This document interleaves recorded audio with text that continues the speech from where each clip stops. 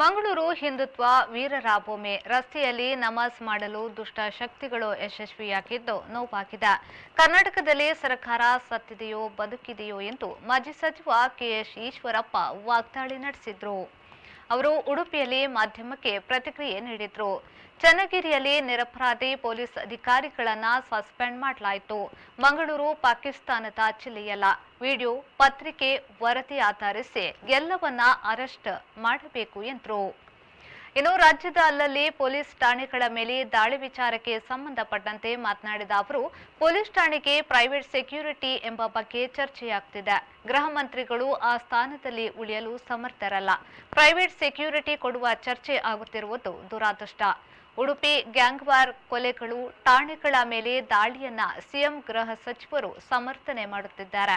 ಕ್ರಮ ತೆಗೆದುಕೊಳ್ಳದಿದ್ರೆ ಇಡೀ ರಾಜ್ಯದಲ್ಲಿ ಹಿಂದೂ ಸಮಾಜ ಜಾಗೃತವಾಗಬೇಕಾಗುತ್ತದೆ. ಇದು ನನ್ನ ಎಚ್ಚರಿಕೆ ಎಂದು ಕೆಎಸ್ ಈಶ್ವರಪ್ಪ ಹೇಳಿದ್ರು.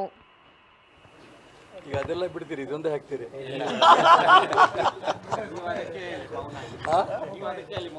ಹೌದಾ?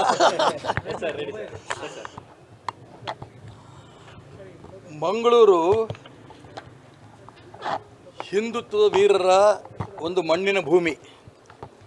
ಮಂಗಳೂರಿನಲ್ಲೇ ರಸ್ತೆಯಲ್ಲಿ ನಮಾಜ್ ಮಾಡೋಂಥ ಒಂದು ದುಷ್ಟಶಕ್ತಿಗಳ ಪ್ರಯತ್ನ ಯಶಸ್ವಿ ಆಗಿದೆ ಅಂತ ಹೇಳೋದಕ್ಕೆ ನನಗೆ ತುಂಬ ನೋವಾಗುತ್ತೆ. ಕರ್ನಾಟಕ ರಾಜ್ಯದಲ್ಲಿ ಸರ್ಕಾರ ಬದುಕಿದೆಯೋ ಸತ್ತಿದೆಯೋ ನನಗೆ ಗೊತ್ತಿಲ್ಲ. ಮಾನ್ಯ ಮುಖ್ಯಮಂತ್ರಿಗಳಿಗೆ ಮತ್ತು ಮಾನ್ಯ ಗೃಹ ಮಂತ್ರಿಗೆ ನಾನು ಕೇಳೋಕ್ಕೆ ಇಷ್ಟಪಡ್ತೇನೆ, ರಸ್ತೆಯಲ್ಲಿ ನಮಾಜ್ ಮಾಡೋಕ್ಕೆ ನೀವು ಅವಕಾಶ ಕೊಟ್ಟು, ಇದಲ್ಲದೆ ಅವ್ರು ಹೇಳ್ತಾರೆ ಮುಸಲ್ಮಾನರು ರಸ್ತೆಯಲ್ಲಿ ನಮಾಜ್ ಮಾಡಿ ಬಂದಿರೋಂಥವ್ರು ಮೆಸೇಜ್ ಕೂಡ ಕಳಿಸಿದ್ದಾರೆ. ಇದು ನಮ್ಮ ಸರ್ಕಾರ, ನಾವು ಓಟ್ ಹಾಕಿ ಗೆಲ್ಲಿಸಿದ್ದೇವೆ, ನಾವು ಇಷ್ಟಪಡೆಯುವ ಜಾಗದಲ್ಲಿ ನಮಾಜ್ ಮಾಡ್ತೇವೆ, ಈ ರಾಜ್ಯ ನಮ್ಮ ಟಿಪ್ಪು ಸುಲ್ತಾನದು ಅಂತ ನೆನಪಿರಲಿ ಅನ್ನೋಂಥ ಮೆಸೇಜನ್ನು ಒಬ್ಬ ಮುಸಲ್ಮಾನ್ ಗೂಂಡ ರಾಷ್ಟ್ರದ್ರೋಹಿ ಕಳಿಸ್ತಾನೆ ಅಂತಂತಾದರೆ ರಾಜ್ಯದಲ್ಲಿ ಮುಖ್ಯಮಂತ್ರಿ ಬದುಕಿದಾರೋ, ಗೃಹ ಮಂತ್ರಿ ಬದುಕಿದಾರೋ, ಸರ್ಕಾರ ಬದುಕಿದೆಯೋ ಸತ್ತಿದೆಯೋ ಅಂತ ನಾನು ಪ್ರಶ್ನೆ ಕೇಳಬೇಕಾಗತ್ತೆ. ಯಾಕೆ ಅಂತಂದರೆ ರಸ್ತೆಯಲ್ಲಿ ನಮಾಜ್ ಇವತ್ತು ಮಾಡ್ತಾರೆ, ನಾಳೆ ಪ್ರತಿ ಮನೆ ಒಳಗೂ ಬಂದು ನಮಾಜ್ ಮಾಡ್ತಾರೆ. ಮುಖ್ಯಮಂತ್ರಿಗಳ ಮನೆಯಾಗಿರ್ಬೋದು, ಗೃಹ ಮಂತ್ರಿಗಳ ಮನೆಯಾಗಿರ್ಬೋದು, ಹಿಂದೂ ಸಮಾಜದ ಯಾರದೇ ಮನೆಗೆ ಬಂದು ನಮಾಜ್ ಮಾಡ್ತಾರೆ.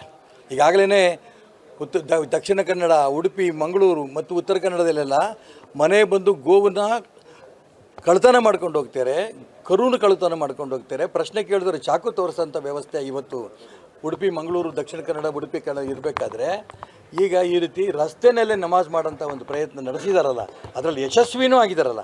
ಈ ನಿಮಿಷದ ತನಕ ಸರ್ಕಾರ ಏನು ಮಾಡಿದೆ? ಎಷ್ಟು ಜನಕ್ಕೆ ಅರೆಸ್ಟ್ ಮಾಡಿದೆ? ರಾಷ್ಟ್ರದ್ರೋಹಿಗಳನ್ನು ಇವತ್ತು ಬಂಧನ ಮಾಡೋದ್ರಲ್ಲಿ ಮಾನ್ಯ ಗೃಹ ಮಂತ್ರಿಗಳ ಯಶಸ್ವಿ ಆಗಿದ್ದಾರಾ? ಪೊಲೀಸ್ ಇಲಾಖೆ ಬದುಕಿದೆಯೋ ಸತ್ತಿದೆಯೋ?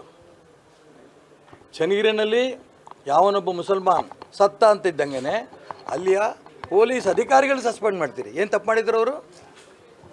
ಒಂದು ಕಡೆ ಗೃಹ ಮಂತ್ರಿಗಳು ಹೇಳ್ತಾರೆ ಅವನು ಪೊಲೀಸ್ ಸ್ಟೇಷನ್ ಕರ್ಕೊಂಬಂದು 7 ನಿಮಿಷದಲ್ಲಿ ಅವ್ನು ಸತ್ತ ಅಂತ. ಹಾಗಾದ್ರೆ 7 ನಿಮಿಷದಲ್ಲಿ ಸತ್ತಂಥ ವ್ಯಕ್ತಿಗೆ ನೀವು ಪೊಲೀಸ್ ಆಫೀಸರ್ಗಳನ್ನ ಯಾಕೆ ಸಸ್ಪೆಂಡ್ ಮಾಡಿದ್ರಿ? ಯಾಕೆ ಅವ್ರ ಬಗ್ಗೆ ಕ್ರಮ ತಗೋತಿದ್ದೀರಿ? ಮುಸಲ್ಮಾನರ ಬಗ್ಗೆ ಮೆರವಣಿಗೆ ಮಾಡಿದ್ರಲ್ಲ, ಸಾಕಷ್ಟು ಸಾವಿರಾರು ಜನ ಸೇರಿಕೊಂಡು ಅವ್ರ ಬಗ್ಗೆ ಕ್ರಮ ತಗೊಂಡ್ರಾ? ನಾನು ಅದಕ್ಕೋಸ್ಕರ ಇವತ್ತು ಕರ್ನಾಟಕ ರಾಜ್ಯದಲ್ಲಿರೋಂಥ ಸರ್ಕಾರ ಕೇವಲ ಮುಸಲ್ಮಾನರು ಏನು ಬೇಕಾದ್ರೂ ಮಾಡ್ಬೋದು. ಪಾಕಿಸ್ತಾನ ಅಲ್ಲ ಸ್ವಾಮಿ, ಹಿಂದೂಸ್ತಾನ. ದಕ್ಷಿಣ ಕನ್ನಡ, ಮಂಗಳೂರು ಯಾವ ಕಾರಣಕ್ಕೂ ಮಂಗಳೂರು ಪಾಕಿಸ್ತಾನದ ಒಂದು ಜಿಲ್ಲೆ ಅಲ್ಲ.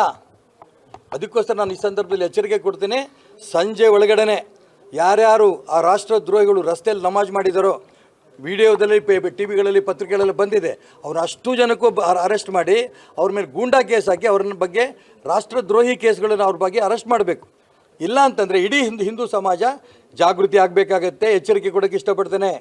ಇದೇ ಉಡುಪಿನಲ್ಲಿ ಕೂಡ ಇದೇ ರೀತಿ ಆ ಒಂದು ಅದಲ್ಲ ಹಿಜಾಬ್ ಪ್ರಕರಣ ನಡೆದಿದ್ದು ಇದೇ ಉಡುಪಿನಲ್ಲಿ. ಅಲ್ಲಿಂದ ಶುರುವಾಗಿ ಇಡೀ ರಾಜ್ಯದಲ್ಲಿ, ದೇಶದಲ್ಲಿ ರಾಷ್ಟ್ರಭಕ್ತರು ಜಾಗೃತ ಆದರು, ಹಿಂದೂ ಸಮಾಜ ಜಾಗೃತಿ ಆಯಿತು.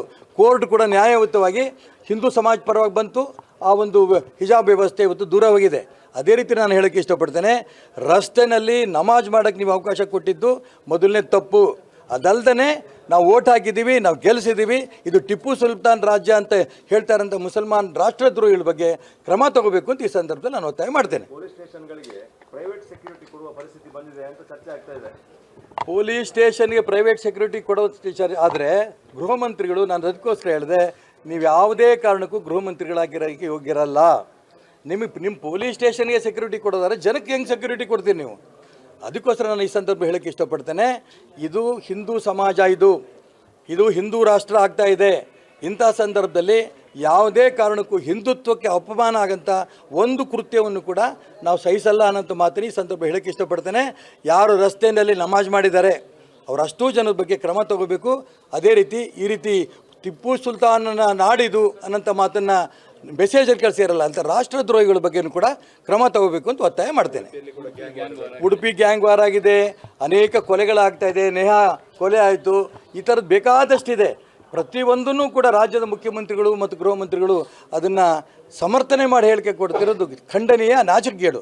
ಇದ್ರ ಬಗ್ಗೆ ಯಾವುದೇ ಕಾರಣಕ್ಕೂ ಕೂಡ ಇವತ್ತೇನು ಮಂಗಳೂರಿನಲ್ಲಿ ನಮಾಜ್ ಮಾಡಿದ್ದಾರೆ ರಸ್ತೆಯಲ್ಲಿ, ಇದ್ರ ಬಗ್ಗೆ ತುರ್ತು ಕ್ರಮ ತಗೋಬೇಕು. ಇಲ್ಲ ಅಂದರೆ ಇಡೀ ರಾಜ್ಯದಲ್ಲಿ ಹಿಂದೂ ಸಮಾಜ ಜಾಗೃತಿ ಆಗಬೇಕಾಗತ್ತೆ. ಎಚ್ಚರಿಕೆ ಕೊಡೋಕ್ಕೆ ಇಷ್ಟಪಡ್ತೇನೆ.